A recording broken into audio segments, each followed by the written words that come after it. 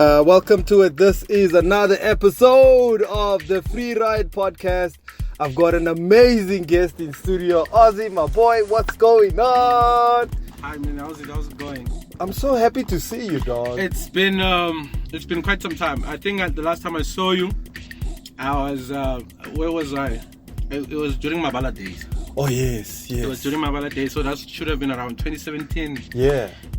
And the funny thing is, we were doing the 1912 online radio, and we met through Malcolm. Yes. But because I'm always entrepreneurial and like you just like multi-talented, dog. Like you just do too many things. Like you busy, man. I wish money was busy like that. Yeah. To be in my pocket the same way I am so busy. Money has a way to run away, dog. Runs away. Yeah. Okay, so shout out to La Vida Vodka. Thank you, brother. It's pretty dope. This one is not open, but this one is. Yeah. So cheers to that. I think I need to give it. It's very rare to see a South African trying to stand up the way as Europeans do. Yeah. So if we have a chance, I'm not paid, guys. Yeah. I'm just making sure that our brother gets the recognitions it deserves. Absolutely. Shout out to La Vida Vodka, and they're going to be sponsoring us at the next event. There's a car show coming up on the 3rd of July. It's the biggest classic car show in the country, dog. Yeah, I think it's at the one. Nazareth. Yes, I think it happens every year. Every year. Yeah. So we're going to be broadcasting from that, and on the 3rd of July, so we're going to be part of that. So big ups to our sponsors. But my guy, thank you very much for giving them a shout out. I was telling you that over the weekend at an ANC conference, we had a few of these bottles and shared them with the guys in the media space, and everybody had a good time, enjoyed them. So big ups and thanks to Vida. Another thing about it is it has that eye-catching look. Yeah, it does. I'm not sure if the camera can see it. Yeah. It has that eye-catching look. So there's no way you wouldn't wanna say, okay, let me have a sip. Just one. And there's so many flavors also there. Really? Yeah. How many flavors there's probably about 8 or 9 different flavors. Okay. Raspberry, strawberry, pineapple, watermelon. So there's everything for everyone. Everything for everyone. So and I've already got a bottle store who's bought from me already, dog. So can you believe it? So anybody who wants to buy some vodka, some gin, let me know. Yeah, maybe I should open a bottle store. I don't think anything is I failed doing anything in my life. Maybe I should start a bottle store. The bottle store will always move, brother. People drink so much alcohol, man. South Africans, I saw over the weekend, they'll kill you over alcohol, dog. I saw it with the lockdown. Yeah. The country went nuts when alcohol was cut out. I don't know, like if it was muti, I was gonna say I want the muti that's in the alcohol. Yeah. I think it's the same that Capitec has. Yeah. It's the same muti. Yeah, you look at Capitec, our clients are loyal. They're loyal, dog. They won't go to any ATM. No. There will be 3 different ATMs. They would not move. They would wait and queue. I'm like, I want what Capitec has. Yeah. And it's Afrikaners who own it. And that's the crazy thing. So Afrikaners go behind your backs and consult. Yeah. I don't know if this is gonna sound out. Let's talk about spirituality. All right. Because now, we as black people shy away from it. Yeah. Especially in Islamic nights. Are you spiritual? Me, I'm very spiritual. Okay.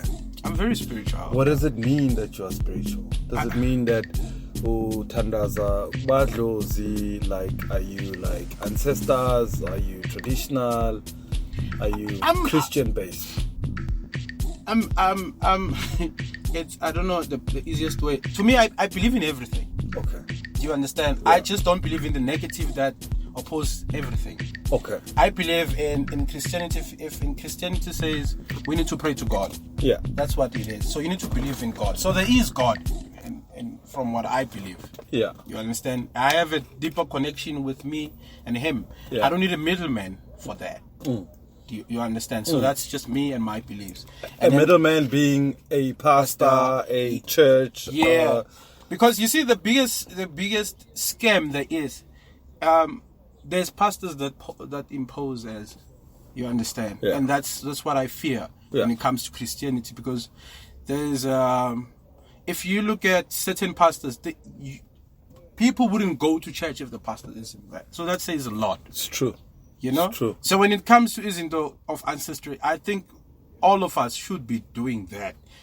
It's just there's levels of that people wouldn't go to that certain extreme. Same as Christianity, there's levels people wouldn't go to. Yeah. I mean, Izinto Zamadlozi, for instance, I think to me it's the same as Christianity, because you are taught the same respect. It's the only difference is that you understand certain things. So for me, that is how we were raised. So now we've come to the modern world, which we shy away from. Yeah.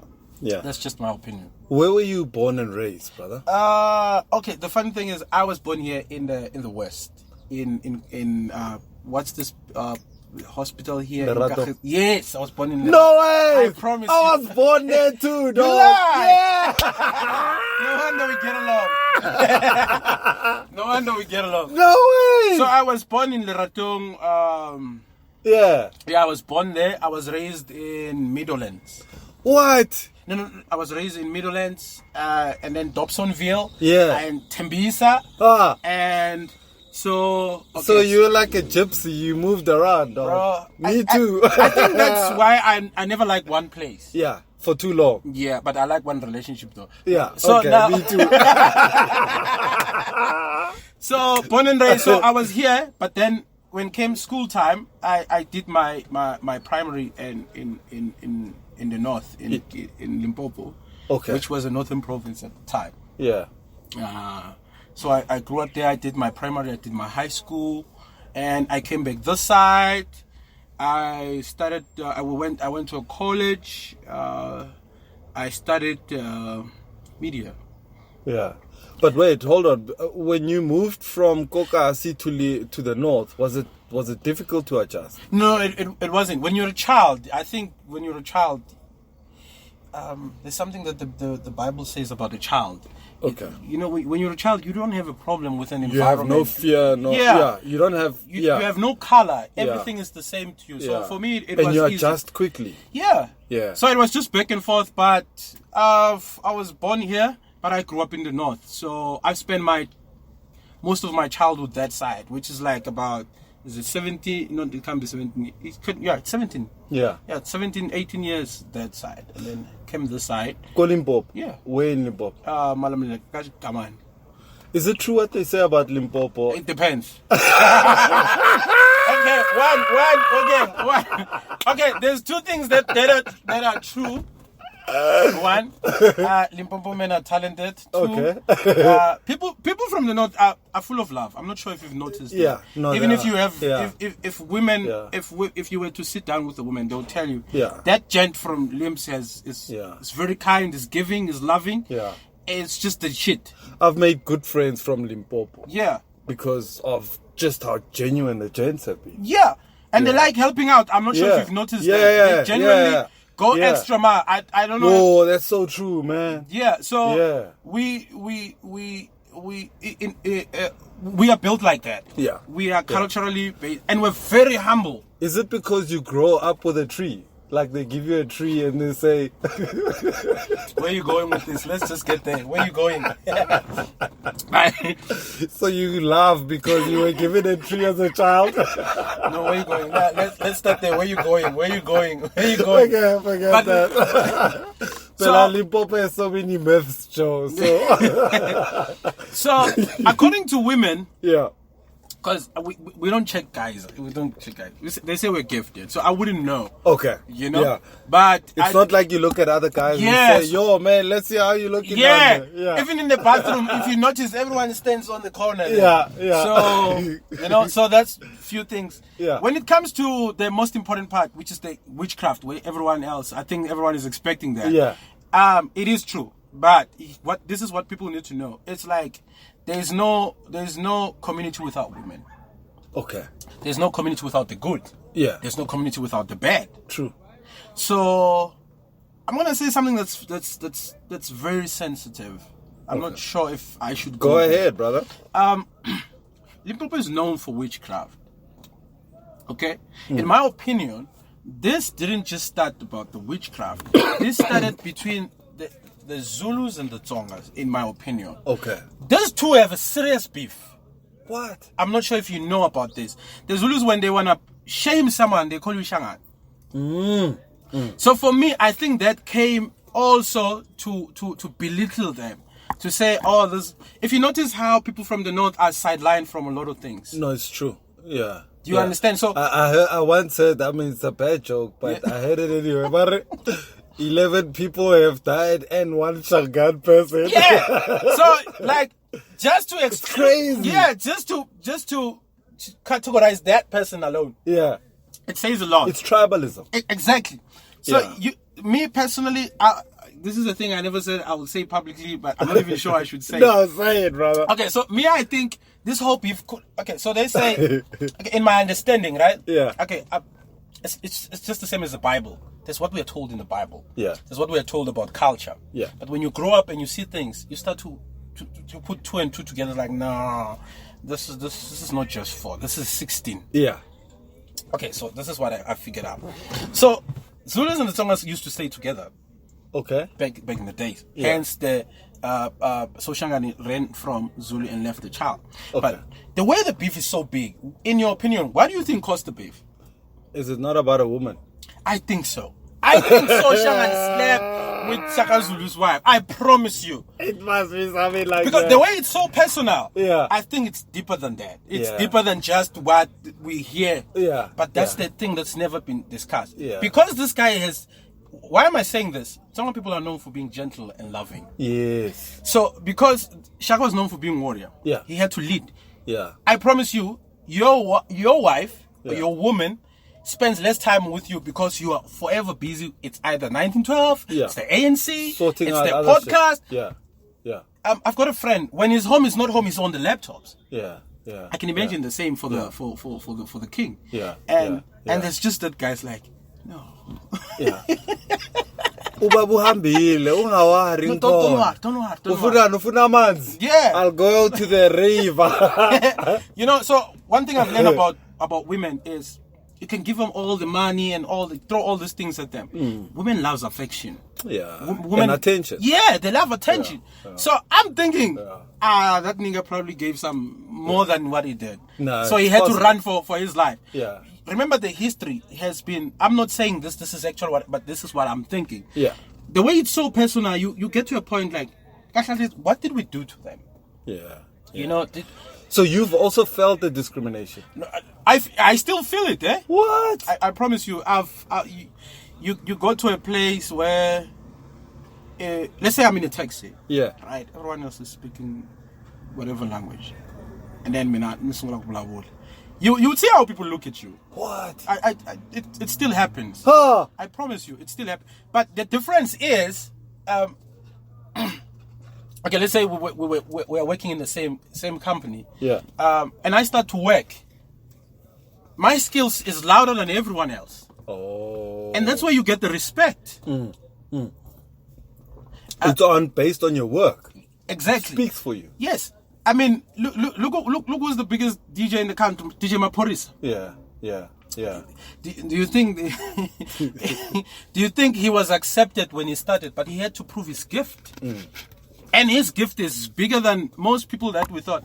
There's an interview I listened to Dr. Thomas Chau.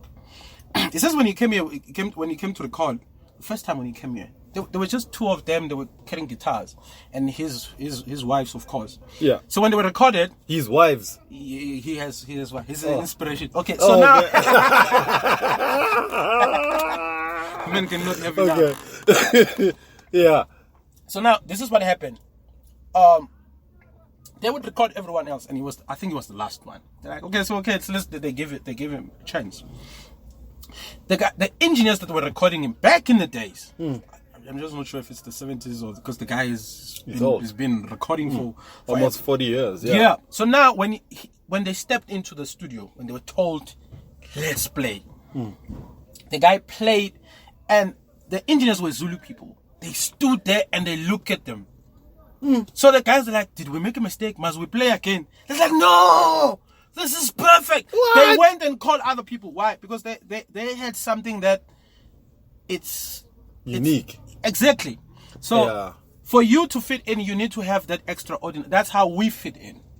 So that has that always pushed you to prove yourself? I'm a person who don't care. Okay. So you've been always comfortable with who you are, so that you don't need to prove yourself to others, or do you feel like there was a time where it would get to you, like as a human being, why like this? But here's the thing: my dad is a self-made. My dad was taught carpentry by his brother, elder brother, but he kills carpentry. What? I promise you. So here's the thing: when my dad got the job as a junior carpenter, because he was going with his brother to work. So when they talk about in a contractor, so when there's a contractor, they're building flats or whatever, so they're putting BICs. So there will be guys for electricians and 1, 2, 3. So my dad would try and help.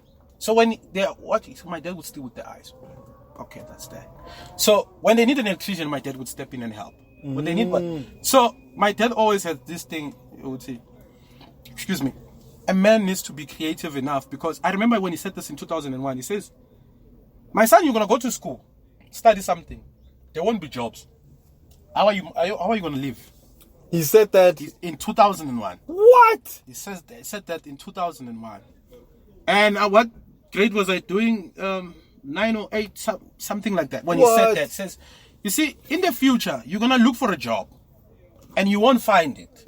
And when you don't find it, how are you going to survive? How are you going to feed your family? So for me, being in a place, I don't need to prove myself. I need to prove to my situation that it can't defeat me. Yeah. And that's how I've always stood out. And here's another thing. You have a podcast. I'll never fight with your position. If you ask me to work with you, I'll find a position. It will never clash. Yeah. Because that's who my dad is. Yeah. My dad always finds a position that is not filled. Oh, he finds a gap. He always finds a gap. So for me, to always trying to prove myself, I'm like, we should be a team. Yeah. There's no need. There's no need. And that's how I always stood out. Because I don't fight for the position. If I was a striker, I would be a better linesman.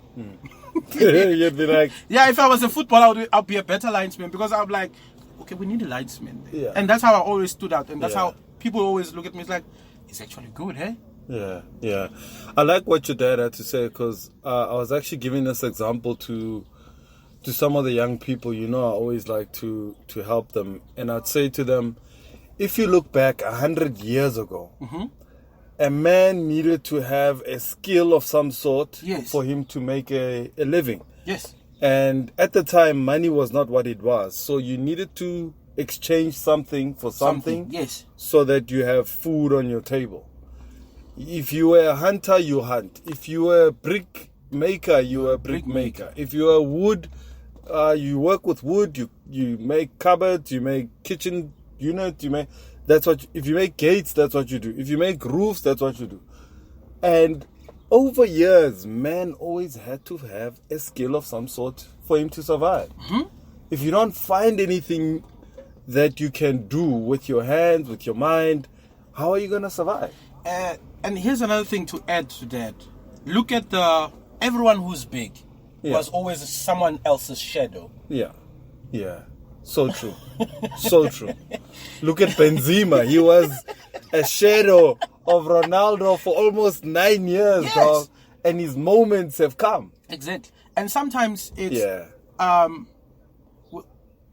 I think what the problem is like, I want to be someone who's a podcast. You don't even know how to hold a camera. Yeah.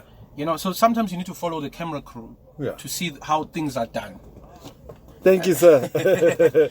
You understand? So I think with I blame the television. Hey, Malume. I love your car. Thank you so much, sir. And you look after it. Look how nicely you looked after this. What year is it? It's a 78. 78, yeah. Sure. It's the last one of the. the. Older than you. Yeah. The original paint, is it? It's actually respray. Oh, respray. But it's done so beautifully. Thank you. The upholstery's original too. The original, yeah, the upholstery was the original. Where does it come from? How long have you had it? I've had it for 2 years. I was building it for 2 years, and then when I got it, it wasn't in the shape. I just rebuilt the whole thing. Sure. Took my time on It's it. such a joy to see something so looked after. Thank you, thank Yeah, you. keep it And I up. wanted to keep it original for you guys to appreciate it, Yes. so that it doesn't look like all pimped up. No, No, sure. but you kept it nice. Oh, it's beautiful. Thank you, thank you, sir. You know what Oh, you appreciate just- it. Yes, sir. It's a 4-cylinder. Yes. It's cool. Yeah, yeah.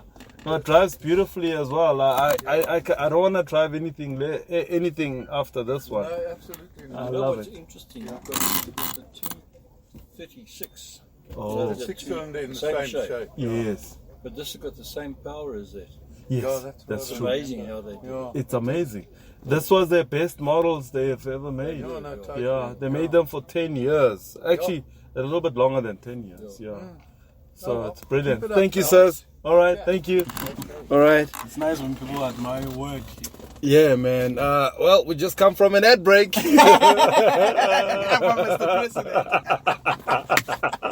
That's dope. I think it reminds them their first jobs and Yeah. their first cars, their first women. Yeah. If you look at how old they are, they're probably in their 90s. These ones are old. And they used to love these cars and admire them and have them. Yeah, I mean, they used to be called. My father was rich, so you could imagine affording this was luxury at the time. Yeah. So yeah. it's so humbling when you see people like they see their childhood. They did, eh? You saw, bro. Yeah, there's very much. They even know that this is a 4-cylinder. Like you could see the passion that they had Yeah. for the car. It's the same way we talk about the Lamborghini. Yeah. Crazy. And I get this reaction all the time, dog. Like, I can imagine. but interestingly, Kokas, Yeah. it's even crazier when young people go mad over it. Really? Yeah. Machita, Baplomangodi Koning. Sure. They will stand like this and go, salute, Amandla. Like, Nyope boys, dog. You lie. I'm telling you, like, they'll stop me, they'll be like, hey, man, hey, diding. Like, we've never seen something like this. The Like, guys are singing Nyash.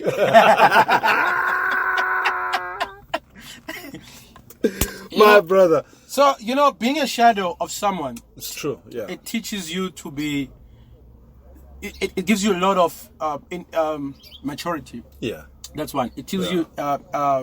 Malcolm said something very powerful to me. He says, in order for you to be a leader, you need to be a follower. True. Everyone wants to be a leader. People don't want to follow. Yeah. How are you going to know what it takes to be a leader if you've never followed someone? It's true. I think that is why there's a lot of people who are in. I was watching the Senna Hayes this morning, the podcast with Hillary Clinton. Oh, yeah?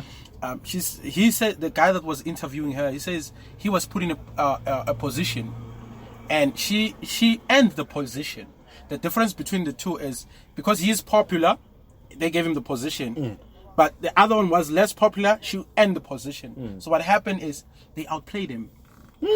Yeah, because now You were given. you are given. Yeah, you didn't earn it. You didn't earn it. So for me, if you look at what's this guy's Yomanda Speaker, and look at where they are today. They follow the likes of Chigo Twala. Today they're the biggest pioneers of because and at the time they were just dancers. How's that, dog? Like, it's crazy. Being for a dancer to be a musical producer. Yeah. Think and about a record label owner. Yeah, and imagine what we could be if I could just be next to you. And most people think that if I'm next to you, I want to take your job. It's true. And It's true. And some people do want to take your job. Yeah, people are dodgy. But they don't earn it. And they haven't earned it. But they look at you and they say, if I can just see myself up there doing this thing. But they don't want to learn from you. No. And they don't want to... They want to take everything from you, but they don't want to learn from you. Sure. But my guy, so you studied media. Where did you study media again? There was a college at the time. It was called Gauteng School of Management at the time. Okay. It was here in Gandhi Square at the time. Was it one of those fly-by-nights? I think so. So they charged you money? But they did. They gave but me. They gave you something. Yeah, like for me, I think one of the biggest thing that I'm grateful for is if you teach me something, I'm always willing to go extra mile. Okay.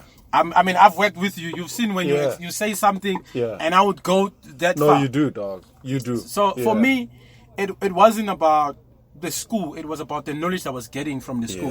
Because for me, it makes no difference if you studied from Harvard or you study what is Harvard doing for you? I think that's where school matters to me. Is Harvard helping you connect? Then school matters. Yeah.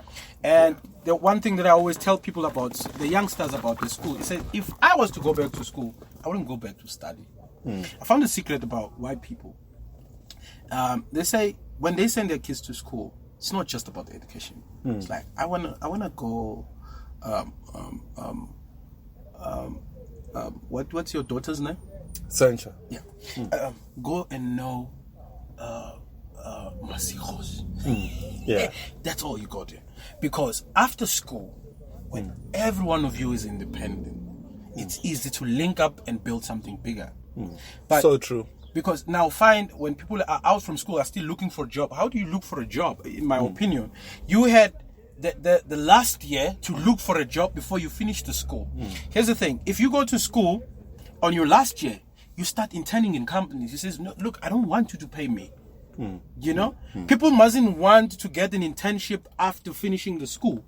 Get it while you still study. Exactly. I mean, I remember I would go to Tom's with the school paper. They would give me an attention.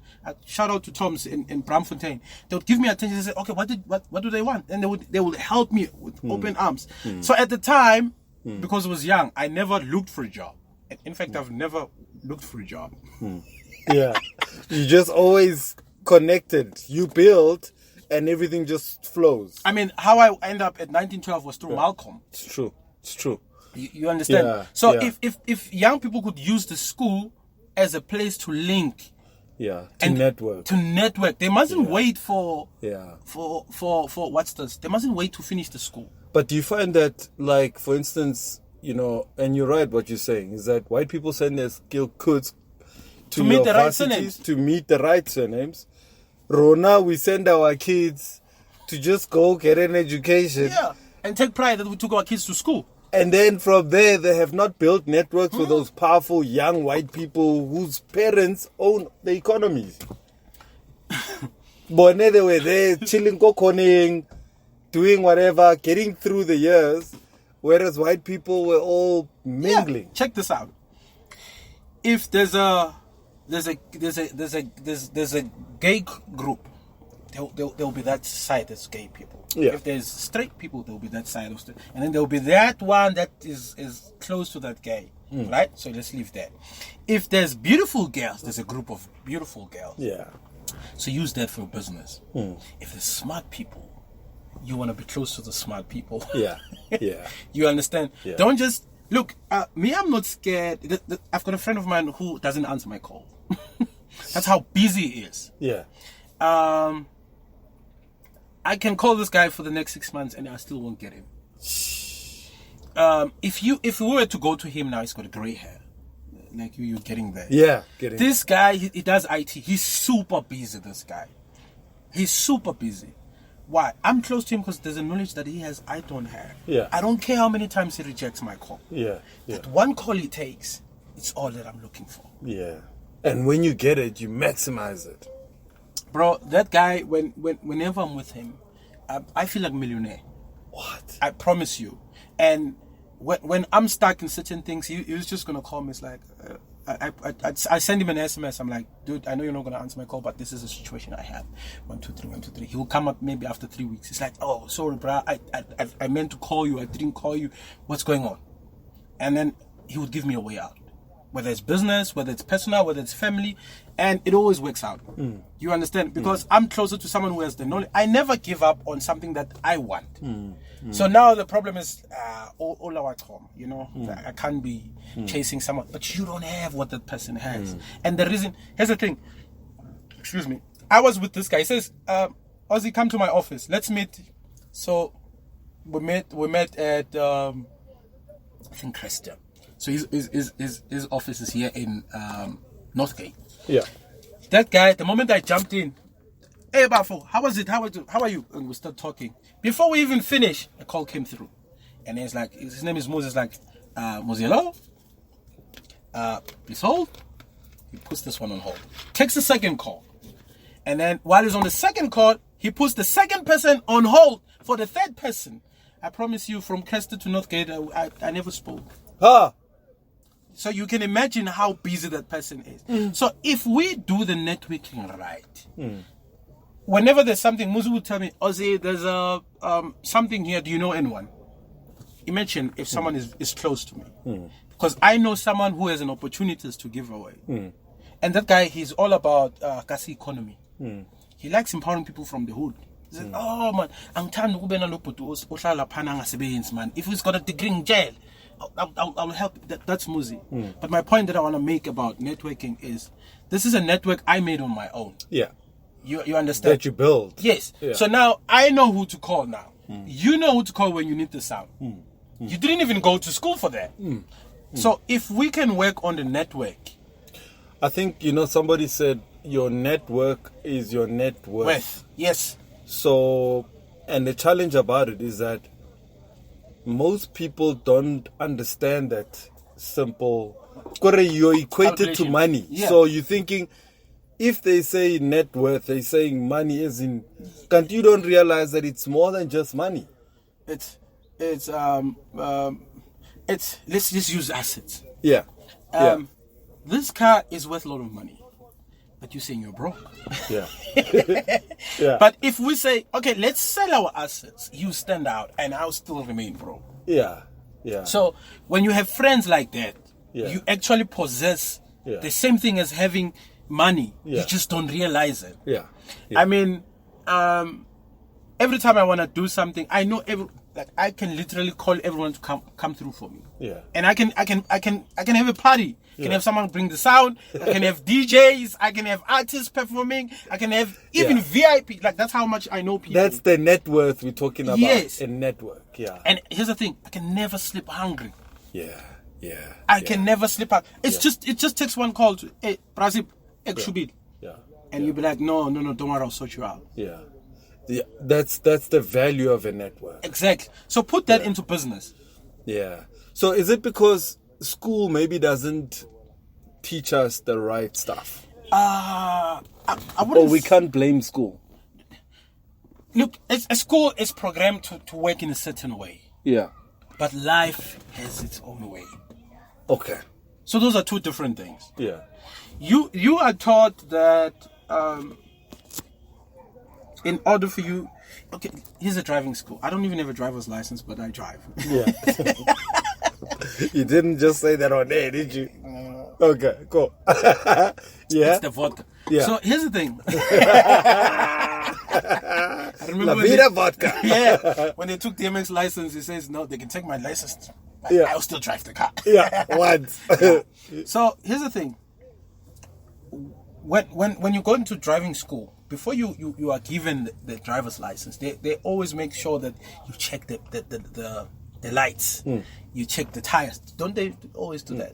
But what do we always do? We always go straight to the car. Like, why not the tire is? People don't check that. So the driving school teaches you The basics. The basics. Yeah. Now there's a weather. That's life. Life brings weather, so there's no need for you to check for the car. So now you need to be able to balance the two by yourself, because you are not prepared for the storm that's coming in the morning. You are running into driving a car. So if we could understand that, I think we could live a simple life. It's so true, brother. It's so true. So after you studying you studied media and sound. Yes. Did you work at Tom's or no? What was your first job? I didn't work at Tom's. Here's the thing. I was young at the time. I came back and I'm like, okay, so now it's time to apply. You must remember these things. You see them as you grow. That's why they always say, Sure. you know. Yeah. When I came to Joburg, and this is the saddest thing, when I came to Joburg, I wanted to pave ways for my younger sisters I never wanted my sisters to go and sleep with the guy to get the homework done. And that is why now when my sister calls for me, I respond immediately. Yeah. That's deep, though. You understand? Yeah. I wanted to pave a way for my family. And the funny thing is... Is it because you know, you being a guy, what guys do? Exactly. And you're like, shit, I'm so fucking protective over my ladies. There's a time when my sister was dropped by an X5. I was like, what the... You know? But my sister's an adult. But I'm still overprotective because I'm not sure what's going on. And you're like, I don't trust that nigga. Yeah, I still don't. And the funny thing is, my sister always comes to me every morning to say, do I look good? Yeah. Do you think my because she's a lecturer, she's like, you think my student would... I'm like, you look good. You're even going to get lunch today. Yeah. And then yesterday she came back to me. She's like, no, my student bought me lunch. What? Like, I told you. You so know? Cool, so man. Going back to it, so when I finished school I had to look for a job because that's what you are taught. After school, you must look for a job. But look at the white people. Kids don't look for the job. And I think this is what we owe to our families. At 16, he's driving a Ferrari. My sister always complains, says, you know, I'm teaching these kids and you could see they're from good families. I'm teaching things that I learned at vets. Sorry, at UJ. I'm teaching them, they're still in high school. She says, what? She says, they ask me questions I can't answer. What? She's like, that's how ahead they are.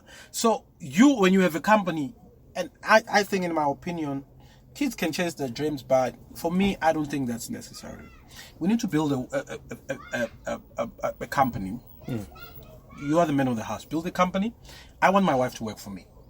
I want my wife to work with me. I want my wife to be my partner. You understand? I want my child to be a manager. If my child is going to school, I want my child to go and learn economics to help the business grow. I want my child to go and learn financial management to help manage the finance in the business. If anything that you have to do, it has to help build the family. Absolutely. So this thing of me going there, it's what takes us time. And it's what gives us the hard work. Some things we don't need to hard work. You want to tell me Bill Gates' son is going to... You know what? Interestingly, I mean, Bill Gates is a Jew guy. So what Jewish people and Indian people do, which I've been chatting to a few, like, interestingly, it's how they build wealth and how they build legacies for themselves. Like, for instance... You're a man of the house, you start a business, like you say. The child works in a business. The child grows, the child doesn't leave. You buy next door's house. Yeah. Then the other child grows, buys a next door house. The next thing you own a whole block. Yes. And then that's how Indian people own half of London. London, dog. Imagine, and here's the crazy thing. What I like about them, and this is what I always teach people, it's that when I came from the north, I came here. Luckily, my parents fought for the house here. They have the house, they toy whatever, but they've got a house, right? So I didn't have to fight for that. But here's the thing. When people come that side and they don't have a house, you come here as an adult, you find a place, you stay there. When your little brother comes, you make him stay somewhere. But with the Jewish and Indian people, they house them. They say, you can pay the utilities, the Levites. The rent is on me. Grow. So we save your money. Yes, for something. Buy a house and rent it out. Imagine if we could do that. Imagine how many people that came to Joburg, if they were to come to your house and you say, look, I don't want you to pay for rent. Just look after this portion and make sure you look after my family in my absence. Imagine how much. I think, Rona, I don't know if it's the apartheid system that messed us up, that they divided us so much. To conquer us. Yeah. They divided us among our different languages. Or no, Batswana leda, Mazulu leda, Maxhosa leda, Fair Eastern Cape. Those from the north, Kenyara. Yeah. And even in the north, they separated you guys. There's three of us there. Matsonga, Mapedi, and Maven. Maven. Although we have Sutu people now, and like a lot of people are staying there now. Yeah.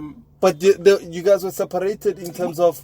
But if I was to tell you, Venda is that side, and then you have Malamlel and Gyan in the middle, and then this side, then you come to the Pedi people. So you understand? So it's like Pretoria, Joburg, and So Vaal. yeah. Oh yeah. Yeah. It's crazy. And then everyone there thinks their tribe is better. Yes. Like Runar Batswana, right? Yeah. And then within the Batswanas. Damn, dog, you Tswana, dog. Yeah, I'm Batswana. Why do I have friends with Tswana only? I don't know, dog. We just nice people, maybe. And the messed up part is we always speak English, eh? Yeah, it's crazy, but it is what it is. It's Jaws. So Rona Batswana, ne, there's like Bakatla, Bakwena. There's like almost 7 or 8 different dialects within the Tswanas. Yeah. You know? Khona le ba le ba ko Taung, khona le ba ko Northern Cape, khona le ba ko Botswana, khona le ba ko Zerast, ko Rustenburg. Yeah. And if you put us all together, You still won't get along. you will still not get along. And Olotora wena o Mokhatla, Yeah. wena o mo ing. Lona le ba. I remember It's crazy, I dog. would fight with there was this guy from Moss. He's like, no, I don't want Istonga Sagin because it's light. Yeah. It's diluted. Yeah, so you've got Tonga Light and he's got Tonga Pro. You understand? So now you need to understand, like, okay, so we need to stop thinking like that. Yeah, it's gonna take time. Here's because the thing that's very important. Yeah. If we go to the US, you must forget that you're Zulu, you must forget that you're Tswana, because there, It's true. I think that is why our African brothers are making it here. Because when they come here, they unite. Yeah, it's true. I think we need to have that I don't know how we're gonna bring that, because It's crazy. I mean, think about it. Even Leko Komahain, they would say, "Hey, uskanyala ngwana wa kwa Masigo. Uskanyala ba kwa Mofokeng. Hey, ha ba loka ba kwa Mangmang." So it's crazy how we talk of we were each other. divided by the system, and we further divided ourselves even deeper. And it's gonna be hard for us to get out of it. My issue is we know what's wrong. Yeah. And we're not doing anything about it. So I always say, we are the dumbest generation. True. But the newer generation, the unborn generation, that's what we need to change. Yeah. If you look at what the AMA 2000 are doing, it's crazy.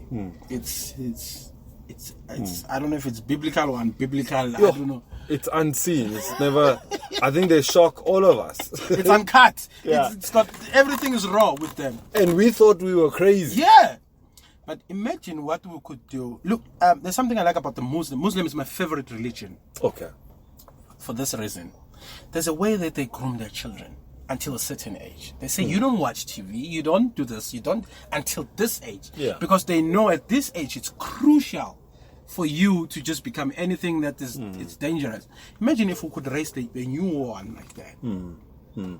But also, I think, we came they were born in such a crazy era where technology is like what it is now. Phones are what they are. People have changed. People have become lovers of themselves. Men, our age group, people are don't dating and jolling and sleeping with 14-year-olds, 15-year-olds, 16-year-olds. It's crazy. I have, my younger sister is 3 years younger than me. The one that comes after that, she's like almost 10 years younger than me. Yeah. I cannot see someone younger than my little sister as a girlfriend. Yeah. When I But see some, niggas do that shit. I don't know, maybe because I'm a brother too. You know, when I see a child all the time. Like we could talk and as soon as I notice when you're young. But the scary part is, I've seen these guys go in Daong and just everywhere. Like Mototeng, you can see Horaman. Unalingo see the child. This guy same age as that. Yeah, he's in his 50s. So 50s, 60s. Clearly, the child is like. I once caused tension. Yeah. So I'm with this friend of mine who's driving. It's like, damn, this girl. So I'm like, dude, you realize your daughter's same age as that, right? Someone is looking at your daughter like that, and they roll the window. He was like, I'm gonna shoot that nigga. Yeah, because when it hits home, that's when you realize, like, what I'm doing is wrong. Yeah. Yeah. Okay, look, I don't care how cheap the child sold herself to you. You are the adult. Yeah. Yeah. You have a responsibility as an adult. It's true. Akon once said something, because I don't know if he slept with a 14-year-old at the time. So the question that he asked was, what was a 14-year-old doing in the club? So that means I don't know how we can check that out. Maybe we need chips for ID to scan on at the door. Yeah, it's crazy, but also they grow up so quickly, these young ones, and they look fresh. They don't look like they're young, and they are very upfront. Yeah, they are. But you know, look, first time you might go with it, but I don't know, maybe because I process a lot of things. Every time I talk with someone, I can what? You're like, no, man. No. This one is not. It's not matching up to the age. Yeah. So, how did your love for music begin? That one is easy. Okay, both parents are pastors, so it's a family church. So now the sound at home. So you grew up in a church, dog? Like most people get shot. Oh! Like most people get shot. Not with the things you say, dog.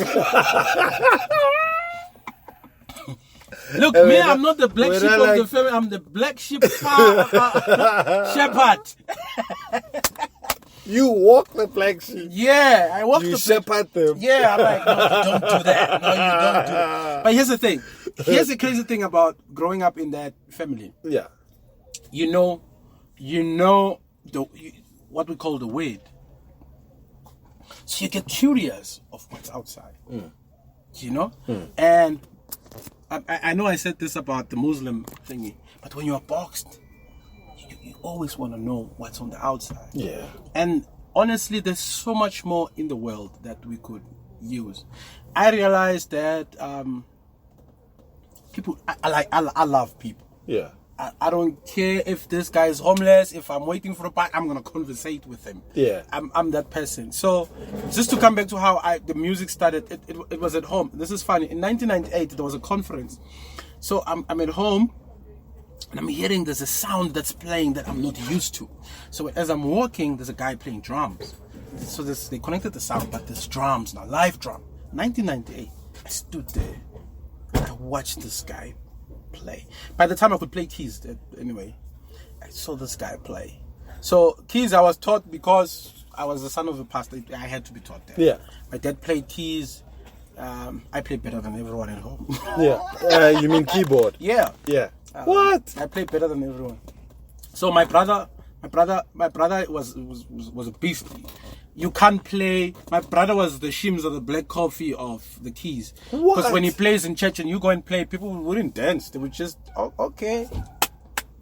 But he was there. Like my brother would play the bass and the main keys at the same time. Like there's a bass guitar, and that's my brother's legend. I can't still do that. What? But with as far as keys is concerned, I kill him. Yeah. Yeah, but it's just legendary in the church. Yeah. So.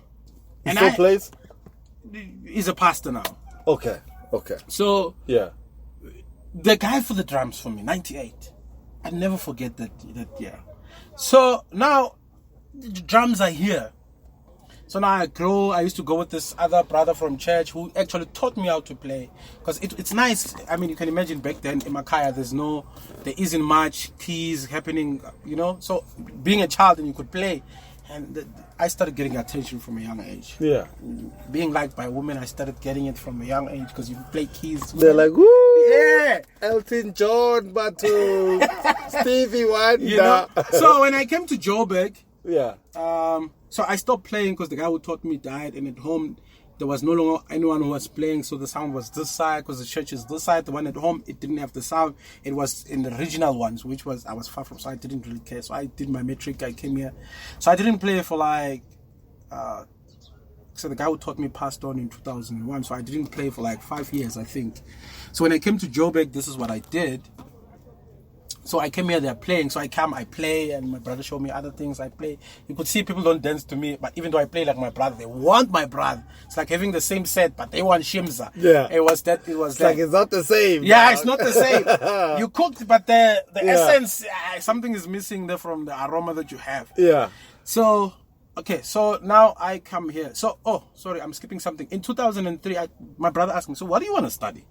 So I'm like to him, I don't know, but all I see on my left is a speaker, and I see a speaker on my right, and I see a mixer in the middle. It's like, no, that's sound engineering. Okay, so that's where it all began. When I came to Joburg, I started building interest now when I was at home. Before I even get to grade 12, I started building interest now. What is sound? And that's at home, there isn't anyone to give you information. You are the one who's looking for it. You must find it. Just as. The only thing that's there is being a doctor, it's being a cop, it's being a nurse. Nothing. A pastor. Yeah, well, it wasn't a thing being a pastor. Okay, it wasn't a thing. Okay. Pastors were ordained, unlike now. Yeah. Pastors ordain themselves now. Yeah. I mean, it only takes a cell phone for you to be a pastor. Yeah, it's true. It only takes TikTok for you to be a pastor. So now me coming here, and that's how I ended up at school, and this is how I ended up at the chip school. I wanted to go to Damelin.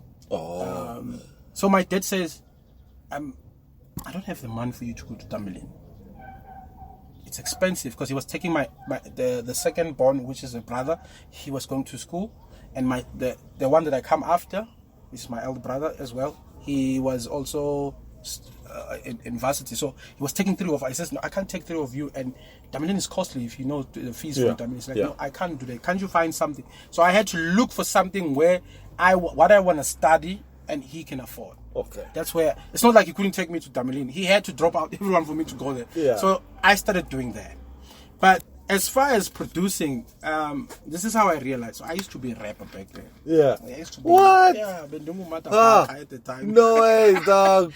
So this is what happened. So when I rap, it's not like I was really good at it, but at the time, I mean, I was good at it because it was the time. Yeah. But the timing was right. I realized that I like it when you rap and I'm recording. You know, and I'm like, no, don't do it. I like calling the shots. Okay. I'm like, no, don't do that. Like, I like seeing the mistakes. I like making you sound better. So I'm like, okay. So that's how I grew up. And then next thing was Eldos FM. I went there for an interview. I got it same day. This guy is like, he talks to me, and then we started talking about other things. And I'm like, dude, I want to be here. And boom, they put me on the biggest show, which was Sunday. This lady's with, you know, those William Binko's type of show. Yeah. So romantic show. And that was the biggest show on a Sunday. What? So they put me there on spot. So this guy, I think he wanted to see if I am who I say I am. Yeah. I killed it. What? I made jingles, like things that they do there. I came with them from home because I had a mini setup. I came with them and I started doing it. And boom, me and Hazel started being close. We're still family, and she's here in Rodiport. And Fezek, who was a co-host, we're still close. And that's it. And from there, what else did I do? And then from there, I mean, you've worked with a lot of artists, though, like. Yes, something like that. But anyway, here's the thing. When it came to that, it was. I've always been the guy behind. I like being the guy at the back. You lead from the back. Yes. Yeah. Yeah, I lead from the back. Yeah. How it came for me to work with one of the biggest record label. I'm not sure if it's still the biggest now. It was after I did a song for Brothers for Life. Okay. Yeah, Brothers for Life was going this thing. Test the boy. So I knew a guy that was there. So it's like, dog, and this guy was from Imbu, and this guy's like, dog, the things you do in the studio, bro, can we do this? I'm like, nah, it's cool. Nice. No, it's not big. Like me, if you come with an idea, I don't process it. I'm like, okay, cool, let's try it out. I give people shots, not this shot. Yeah. So he came and we tried it out, and he sent it to Brothers for Life. They went bizarre. They're like, no, this is the one. That was my first biggest thing I did. The first big break. Yeah, I did. So like they said we want an invoice. I'm thinking, how the heck do you? Yeah, like at the time, like the people that I know, they're not enough to give me information. So I made a good invoice for them. It was my first big check. I don't want to lie. My first biggest check I did on my own was Brothers for Life. So how did you come up with what to put on the amount? How did you determine that size of the check? Okay. Here's the thing. First of all, you're not known. it was the time, I think, your Oskitos, they had done 5 million on the Wahuta, and you realize you can't go that far. People don't know you. They're going to ask you, what have you done? So I didn't even go to 100,000, but it was, even though I can't disclose, but that was it was first big check. Yeah, it was my first. I mean, I was used to getting the 500. What?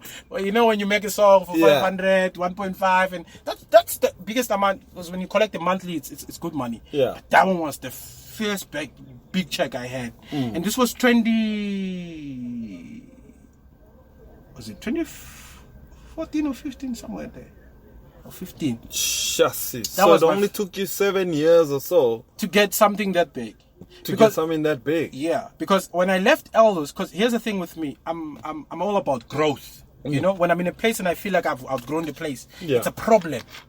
Yeah, you still stay there. Yeah, because I see too many mistakes. I'm like, that's when I realized, okay, you've outgrown. So I left. I'm like, let me be on my own. I started the studio. I went full time, and it was voluntary at Eldos at the time. I went full time, and so I started meeting people, because now they come directly to me. I go to them, and that's how I met Abu Bongan, and that's when the big what's the Brothers for Life deal came to life. Okay. And then here's what's funny. This is how I met Shotgun. He's called Mr. Gun now. This is how I met Shotgun. Shotgun, I met him through Ubongan, and Shotgun was not coming to record. He was coming to pick them up. Shotgun, the artist. Yes. He was coming to pick them up from the studio, which is my studio. Oh. At the time, I didn't even look at him. I just saw him like, he's like, fair shot, because I'm not rude. So like, because he's a cool guy. So we talked like that. So, and okay, so this is 2016. Now we're doing other songs with this guy, because we've proven that we can make money. You know. So I got my check. They got their check. I don't even know how much they got, but I know what I got. So now this guy, he heard that this boy who makes music. So he's coming to pick them. So he stayed that day. This guy is a rapper, is a producer. He started music like me. So he's like, okay. So in the back, he's like, okay. So now I'm in Naturena. I see he's trending at the time. He's doing these things called transit bars. He shoots himself sitting in the car and he throws bars. And he's trending on the internet. What? I'm telling you. On Twitter, it was moving left and right. Facebook. So now I'm with Bongan at his place. I see the video. I'm like, who's this? Like, no, it's Shotgun. The guy who came to the studio. I'm like, I want to work with this guy. So that was 2016, early January, early February. I think somewhere there. I called him to the studio. I'm like, I asked for the numbers. I called him. Hey, dude, I'm the guy from the studio. Me, I'm always humble when I talk to people. My pride sometimes is this, but I always start nice. Yeah. So I tell him my story. He's like, no, it's cool. Let's try it out. Like, I don't know this guy knows all this thing. This guy is working for a media company here in Senton. Big one that's international. So he comes and he's like, why not? I don't have time to make beats. We tried out a couple of songs that didn't even go out, but he liked what I did. He liked the passion that I had for the music. You connected. Yeah. So we started making songs, and we met this other guy. Actually, he knew Shotgun, so I met the other guy. Okay. What was his name? Melus, I think. And then that guy, I don't know how he shared it to DJ Spoo, and Spoo shared it, and it went bizarre as well. Yeah, and we got the interview with the DJ Spoo breakfast before the Massive Metro. Oh, yeah. So we went there, and remember when I told you I start things and I stop? Yeah. I was in the middle of my podcast was doing well at the time. There was no free. You remember that was expensive? Yeah, yeah. So my podcast was doing well at the time. My first episode is DJ Spoo on it. So we get there, and so he's like, no. So we went there, we submitted. So he's like, no, guys, I like what you're doing. So it so happened that Mr. TK Ngiza was listening. I think on the third day when we went there for the thing, because we were doing the wrap up. I think it was late. Now it was late 2016. So it's like, so he came up with the idea, like, why don't you compile the things that happened in the year and make a song out of it, which is called the wrap up. So you talk about everything from January to December. Like now the 500 notes coming to life, and the 10. So that's supposed to be part of the content of the song. Yeah. So he came up with that idea and he gave it to Shotgun. Shotgun made, So I think on the third day, he got bored at this. He called. It's like, I want to speak with this guy, and we spoke with him. It's like, hey, I'm no longer into the music like I was, but I can give you guys a break because I like what you're doing. Yeah. So what he did was, I don't know if you look at yourself or you look at the time. Yeah. So what he did was he made a call to Mabala. It was that simple. And that's how we ended up there. What? I promise you. So that's why we talk network. Yeah. Network. Because you see how we were linked. It was just a phone call that happened. True. You know? Yeah. And to say, I mean, he's a music mogul, like everybody knows him. Yeah. So it's you can't question when he says I've spotted talent. I mean, he spotted Zahara for crying out loud. And that, you know, although I won't go into their politics, that's got nothing to do with me. No. You understand? What happened to them, it happened to them. It's their business. Yeah. So that's how we ended up there. So your journey has been like full of like surprises. Like you found yourself at places you never thought you'd find yourself in. Just like that. And as I pick up, it's like you were all about growth, but you didn't know where you were going. You knew you wanted to grow. Yeah. Because you see the one thing that's very important is mentorship is very important. True. We need someone that we can look up to and who can also help us guide ourselves. Because here's what happens. You can have a vision. When money comes, the vision goes away. True. It's like you're broke and it's like you're hungry, you get money now. Now you were craving for pizza. Now you don't want the pizza. Yeah. There's money now. There's you're money. Like, no. I want the pie in Pretoria. You can just simply go to Pretoria just like that. True. Mike Tyson says, what do you think giving 21 million to an 18-year-old? What do you think he's going to do with the money? So the vision goes. But all I wanted was to be successful. So the only thing that I know, I wanted my music that I produced to be on radio. I wanted the music that I produced to be on TV. I wanted to... that's all that I wanted. You know, the only one thing that I never got was a summer. That's the one goal that I had. But I've achieved those goals. Music is, I still get royalties. Yeah. It's a pity we didn't do it in my studio. I've built a studio. Yes, it's a pity, man. Yeah, but some other day. No, we'll do another part too. Yeah. You know. Yeah. But here's the thing. When I was at Mabala, I look at, okay, this one is doing this. Okay, that one is doing that. At the time, I'm not talking to people. I'm at the back. You're observing. Yeah. Yeah. I'm not a clown. Yes. You know, I'm at the back. I'm looking, okay, this one is doing this. Okay, this one I can't listen to. Yeah. This one is a chancer, this one. And being there, I got respected. And then when we left Mabala, he started another one, which his son is on now. TK? Yes. What? Yes, it's called Top Entertainment. I went there. I was the head engineer. What? Yeah, so I produced. He's still doing music? No, that's for his son. Oh, okay. It's for his son. Yeah, because now he's in politics. Yeah. Yeah. Like he was honest to say, guys, I'm grown. My focus is on something else. But I love this thing.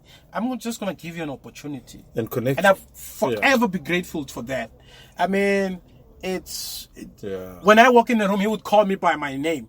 Yeah. When there's important people coming into the studio, he would make sure that's got nothing to do with school. You understand? Yeah. I'll be forever grateful for that. But I think also it just comes from the person you are. Yeah. You didn't take anything for granted. Your humility, your understanding, your listening. I mean, there's a lot of things that school just won't probably teach you. But when as an adult, as you grow up, you realize that, no, man, let me have good mannerisms. Let me have respect. Let me have... You think? I think another thing that we need to do, we need to teach the younger generation money.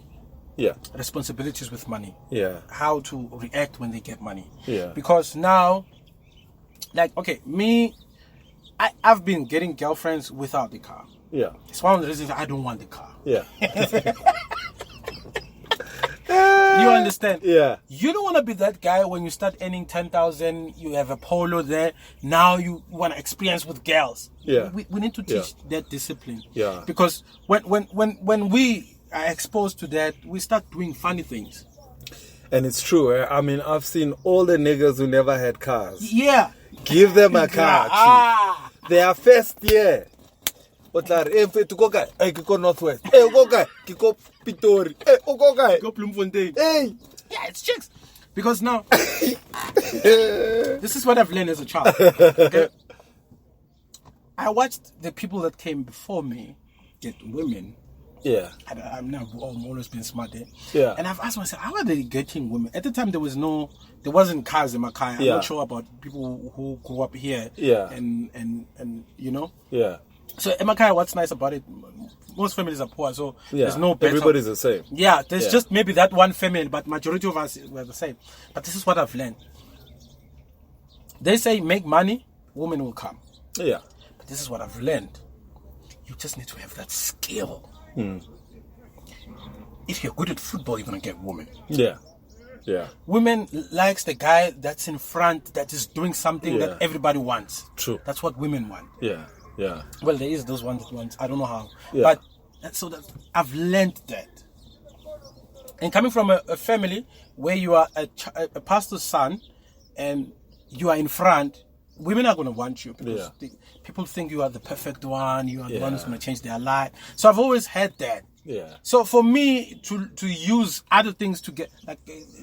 No, you see, you're right. I mean, I remember like started like Khojola, like as young as I was about 13, 14. And I lost my 15 around that time, but let's not say that out You know, loud. yeah, no, it's all good. No one's gonna judge you. Today they lose it at 9, dog. My mom, I hope my mom doesn't listen to that. So, and it's crazy that some of the guys that never had that thing to be able to get chicks with no money, you still come from poverty, but you could get chicks. Yeah. And then they waited until they get their first car. And then the niggas went wild. Then they started getting, then they used things to attract women. And that's why women are so confused about which one loves you. Yeah. Although there's types, what people are attracted to, and because we don't like the same thing. Like, what is your type is not the same as my type. Because now there's entrepreneurs that can shower money.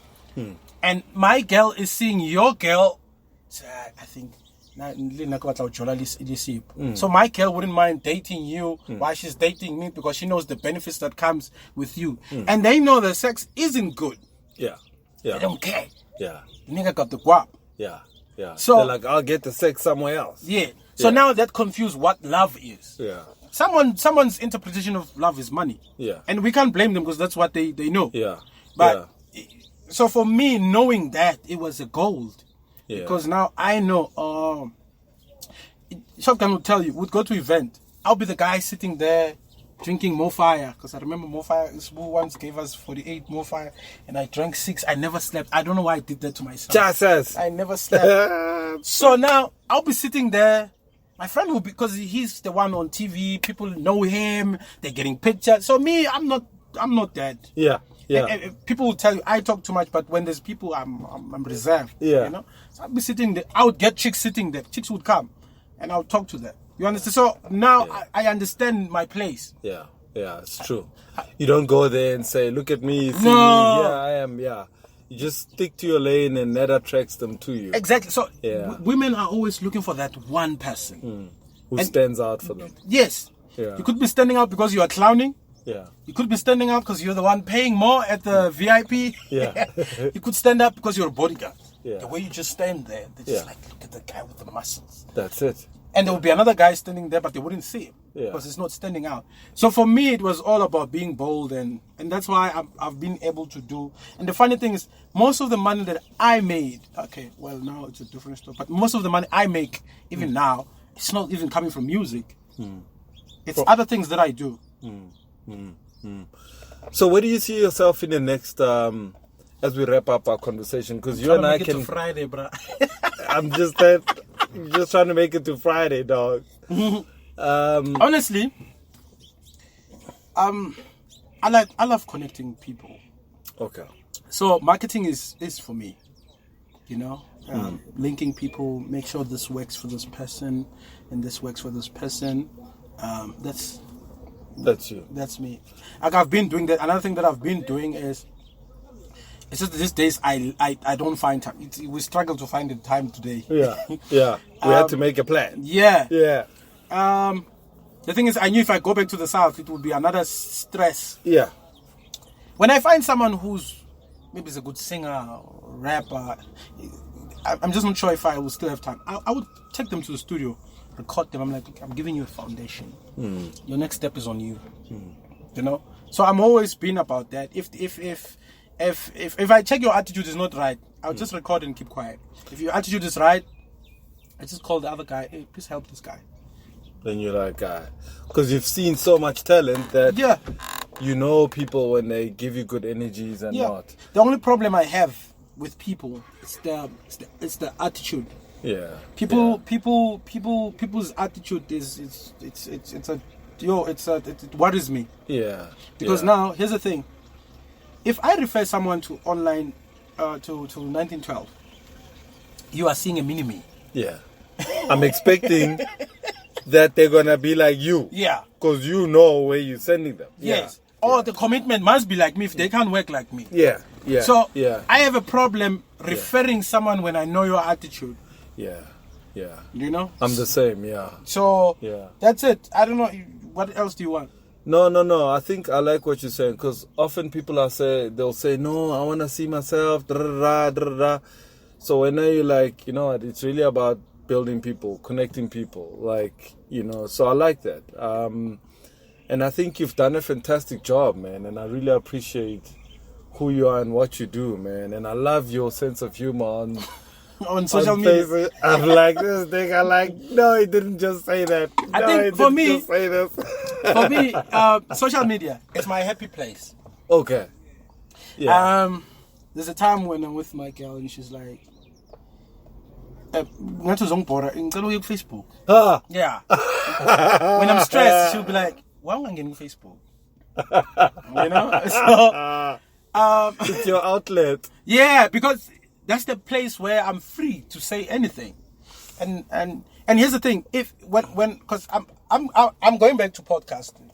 I was gonna ask you, when the hell are you gonna do your podcasting? Because you've got content, you've got a network, and you've got shit to say, dog. Like, you've always got shit to say. The funny thing is, it would be funny because I'm that crazy person, but I'm sensitive to life. Yeah. I would like to have a mental health podcast. Yeah. You know, I would like to have a psychological podcast, educational podcast. Like, I'm that person. Yeah. Like, we can fuck around, but there's this girl who graduated. She was known for the lady with a whistle.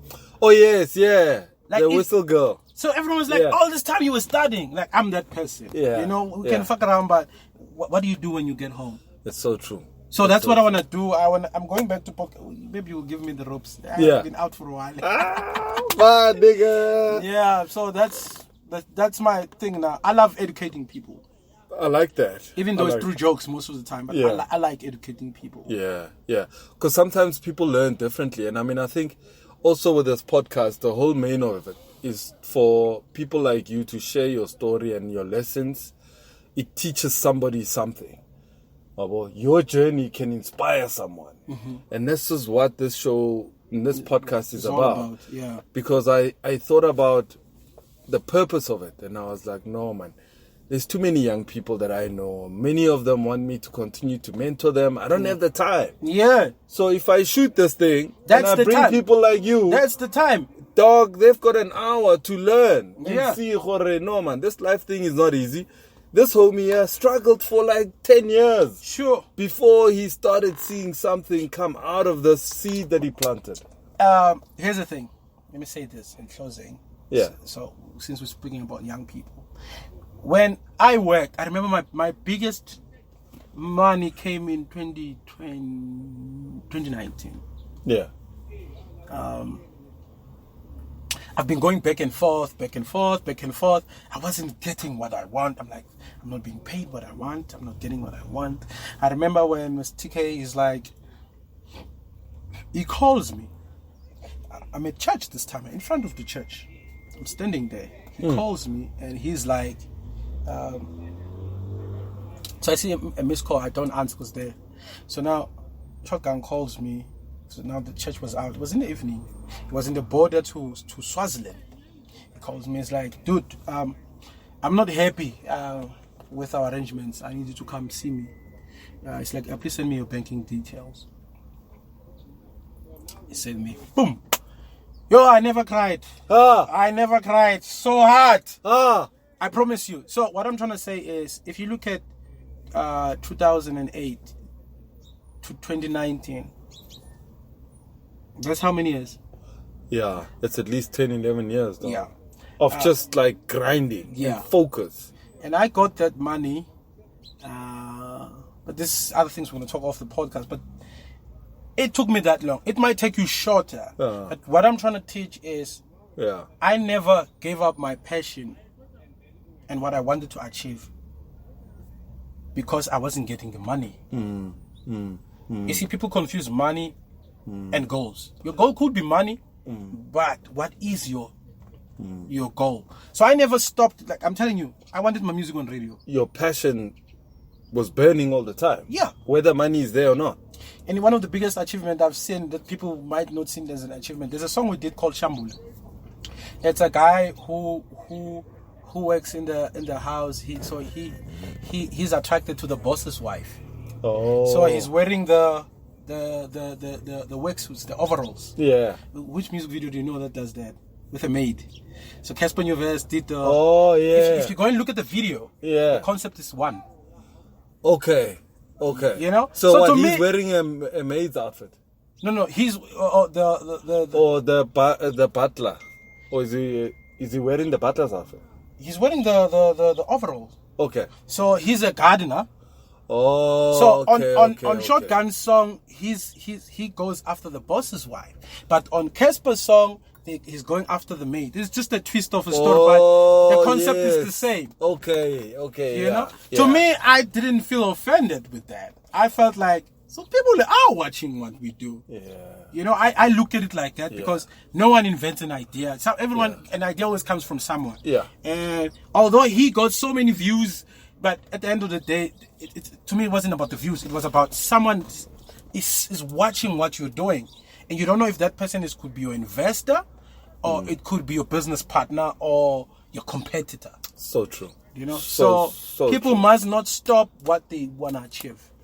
I remember my goal in 1998 was to do radio, be in a radio space. And I had this concept I shared with my friends at the time. It was called Radio on TV. Sure. 1998.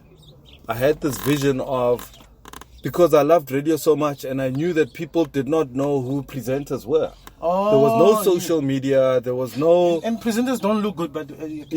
So nobody knew what they looked like. Yeah. There was no access to internet and website to say, no, so around about that time, I went to Metro FM 97, I think with the school. Then 98 when I finished high school, I finished 97. So 98 we started developing ideas around radio. And radio and TV was a concept that we thought and spoke about with my wife actually and a friend of mine. And then years later, radio is visual. The same vision you had. Yeah, radio is visual. Radio, you can speak, you can listen, and you can watch. But now it went even further than what I imagined. Because I just thought you have cameras in a radio station and the show is on TV. Yeah. So as you do a back announcing, you can play music video of the song that you're playing. So your radio listener who's listening through an FM can hear the song. But if you're watching on TV, you're actually seeing the visual. You're seeing the visual. Yeah. So that's the concept. And then 5FM did it. Kai FM did it. And then we did it, 1912. But then we just used like we're doing now with the phone and then you upload the video. But that was a concept, and look how long it took. Yeah. And you see, for me, it's not how long it takes. It's that you got to what you were looking for. Yeah. And I think that's what people forget. You're like, but this thing took forever. Yeah. If things if things are connecting, just watch the direction. Let it be. Let it take its own shape. Yeah, let it take its own shape. I think that's the most important thing. Because look, one of the things that I said, we need to create a future for our children. It's because I want our children to build this out of passion, so that they avoid this. Look at Steve Jobs. Steve Jobs took longer to build Apple the way it is, because now, if you remember, he had an income somewhere. You understand? Yeah. So there was money that was already there. So now it becomes a problem if there's no other income and you chase. That's why most people fall back from chasing their dreams. So if we can create a platform for our kids, so they can do this as a hobby, so they can wait as long as they want to build it and become the apple of their dreams. Yeah. And trust me, it's possible. And if you look at your Bill Gates, they were not coming from poor families. You know, so I'm not saying it's not doable coming from poor family, but it's hard now. Pushing passion and you need to make money. It's another thing. And that's the life I had to push and make to balance, make sure the family is eating. But if we can create this for the family, our kids don't have to struggle building the life they want. So I'm gonna leave you with this one. So I was a politician once and a councillor. You're not a politician anymore. No, I'm not a politician anymore. Anymore. No, I'm done. Anymore. Yeah, I'm in politics, but I'm not a politician. Okay. Yeah. So I once proposed this concept, right? Okay. It was a motion. So I brought this motion to council. So I was a councillor and I brought this motion. So I actually brought two motions. Okay, I brought more motions, but I'll speak to these two. One was regarding sports. The other one was regarding music and arts, because part of my portfolio was community development. So I fell in love with sports many years and arts, you know, because I'm an artist. So I can draw. Oh, you can draw? I can draw. You lie. Yeah, I draw. So Where's the pen and paper here? I can show you. So that. you can draw Cyril? Yeah, it's really below easy. It's easy. I know the easiest was Jacob, but Yeah, no, there's a Cyril is easy, Jacob is easy, Kweremantashe is easy. Like, you can cartoonify them very quickly. Anyway, that's not the point I'm trying to make. No, I get it though. So then I said, okay, cool. For sports, you've got a Joburg that's as big as it is, right? Yes. Joburg has 7 regions, so it's divided into 7 little regions. In every single region, from region A to region F, there is a sports facility, soccer facility, swimming pool, recreation center. All of these are built in every region.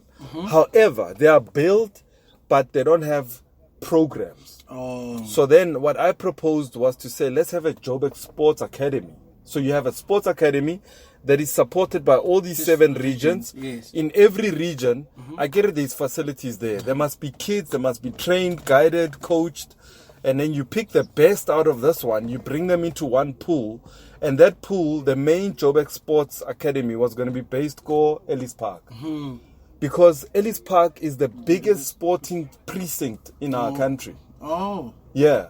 So you've got 2 stadiums, Ellis Park, Joburg Stadium. You've got tennis courts at the back. You've got swimming pools that side. You've got a track. It's the biggest sporting hub in the whole country. So everyone could just come there, and it's central. And it's central. And then what happens, Kara, is that there's flats. There's students that go to UJ. So I proposed to council. I said, if we want to build a young, youthful people that are going to represent us at the All Africa Games, the Olympics, you name all the big sporting events. Let's create this academy, then it has a pool of players to choose from. So when you have athletes competing for the Olympics, you already dip into your Joburg Sports Academy.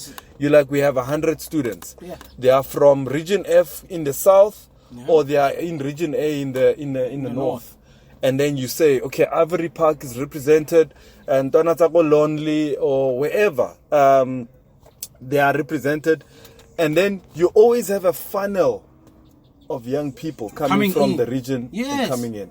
Even your Kaizer Chiefs, your Orlando Pirates, your PSL, from there. Yes, it would look at what's happening overseas.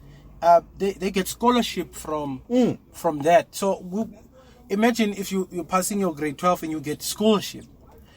We wouldn't wait for people to finish schools to people. I think sports would be bigger in the country because now people have a place where they are found. Yep. Because there's a lot of people in rural areas that are very good, but they will never be exposed to nothing. So if you have an academy like that, you move to Kokasi, you start training Kokasi, the next thing they pick you in an academy, you go to school, you sleep another there. Thing is, it wouldn't even get to there. If there's an academy that's existing, the word of mouth is always powerful. They would tell you, no, please take this kid to, it would make life easier. And you see, the ideas are proposed. I based them on studying what Australia was doing, what the US was doing, what China was doing. So I was benchmarking this concept against developing nations who were great sporting nations. My problem is, you see the people in charge in most of the time. Yeah. I think when we say school is important, now going back to school, we're not necessarily talking about the school. We're talking about finding things and educating yourself. Yeah. It's like your woman wouldn't approve of certain things if she hasn't seen other people doing it. You understand? Yeah. And you still need to prove to them. Other people are not open to that idea. Other people, they feel like, no, it shouldn't have been your idea. So that is why most of these ideas cannot be implemented and put into place, because other people feel like, no, we're still busy with the roads. Yeah, this is not important. This is a social issue. It's not a big issue. And another one I proposed, right? This was a crazy one. I said to them, how can Joburg not have a museum of music with the history of music we have? Yeah, from doesn't matter. From the get-go, from all that we can collect. We don't have a museum of music. You can't find Ray Piri anywhere. Brahu, Mam, Miriam Make, all of these guys, dog. Our history as big. And all I said, and I'll tell you this, bruh. I said to them, the city is going to build Soweto Theatre. You know the Soweto Theatre. Yeah.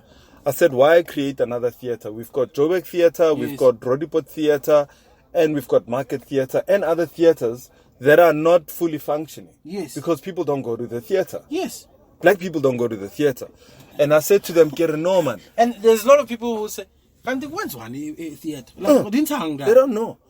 And then I said to them, if you're going to spend 160 million rand to build Soweto Theatre, which is what it costed.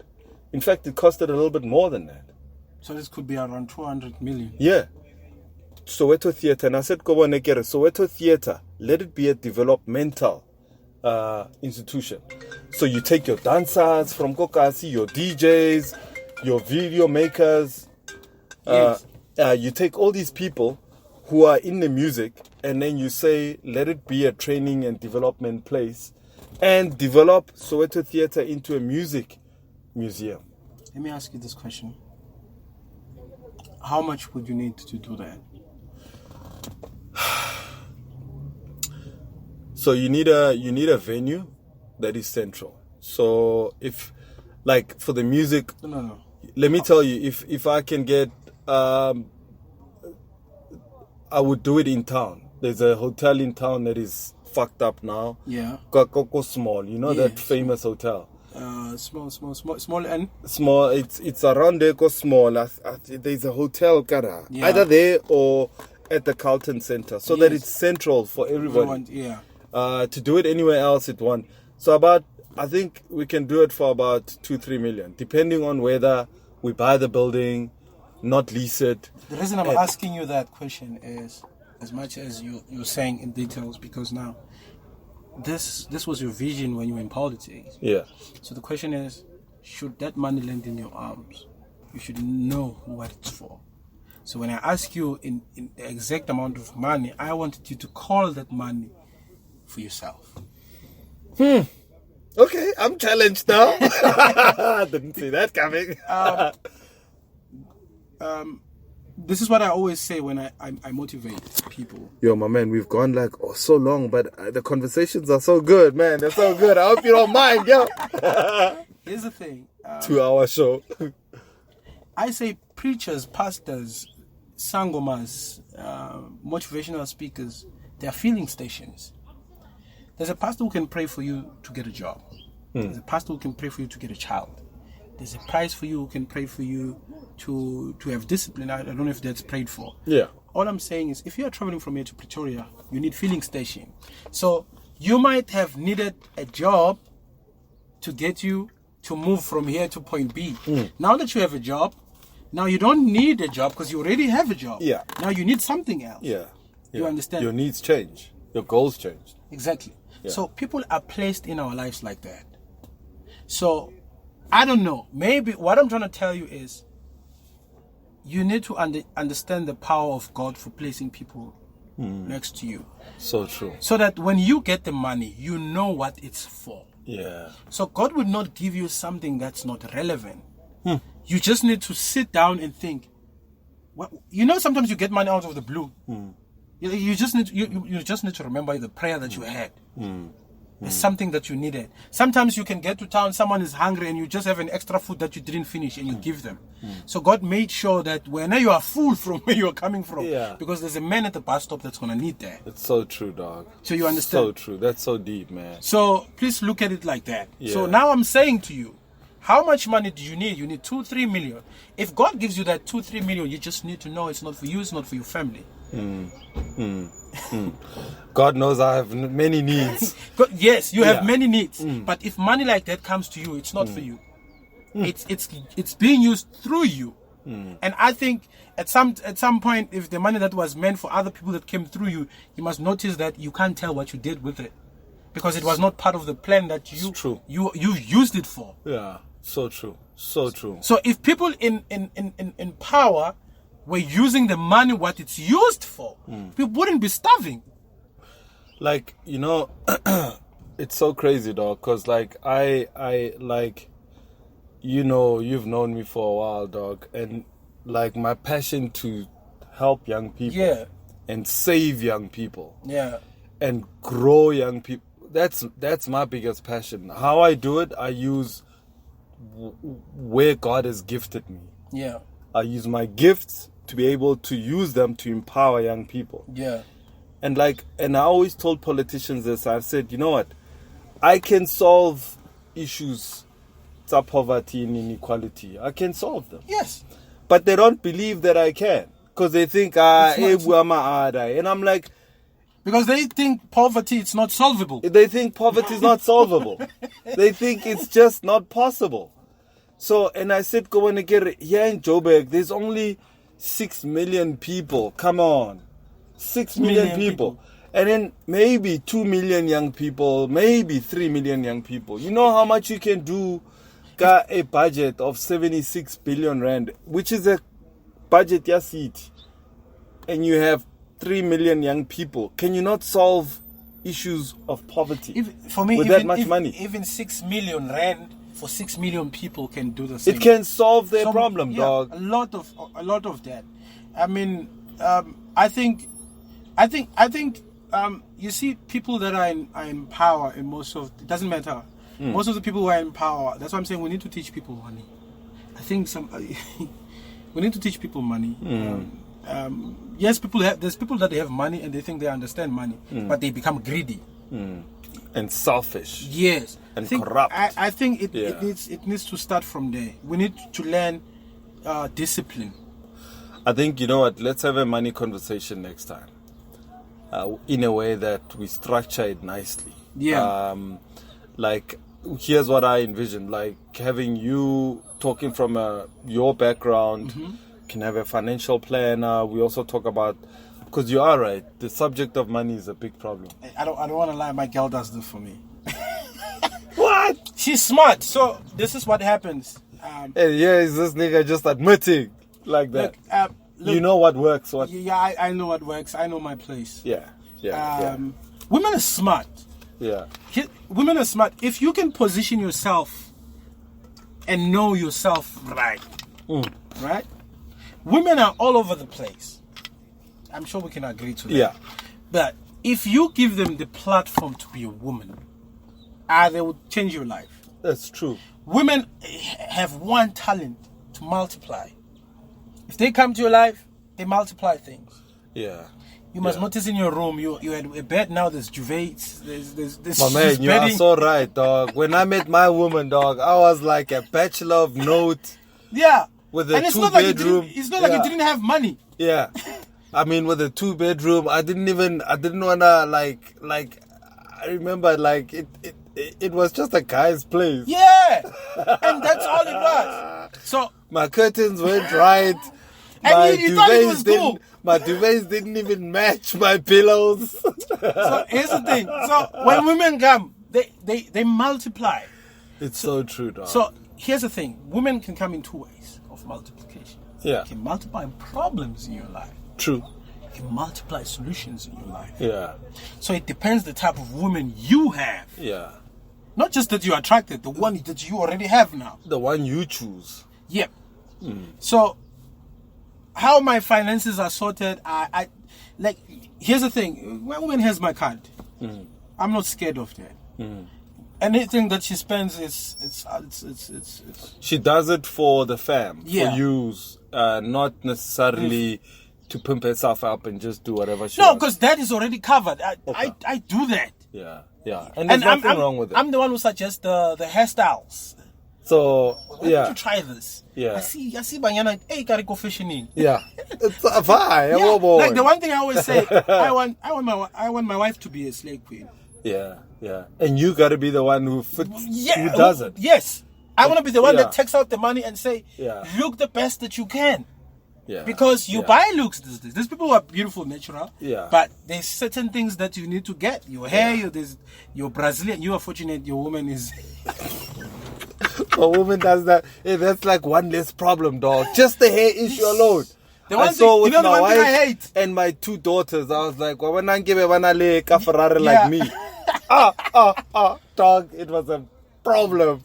They would spend more on on hair. So imagine you've got 3 women.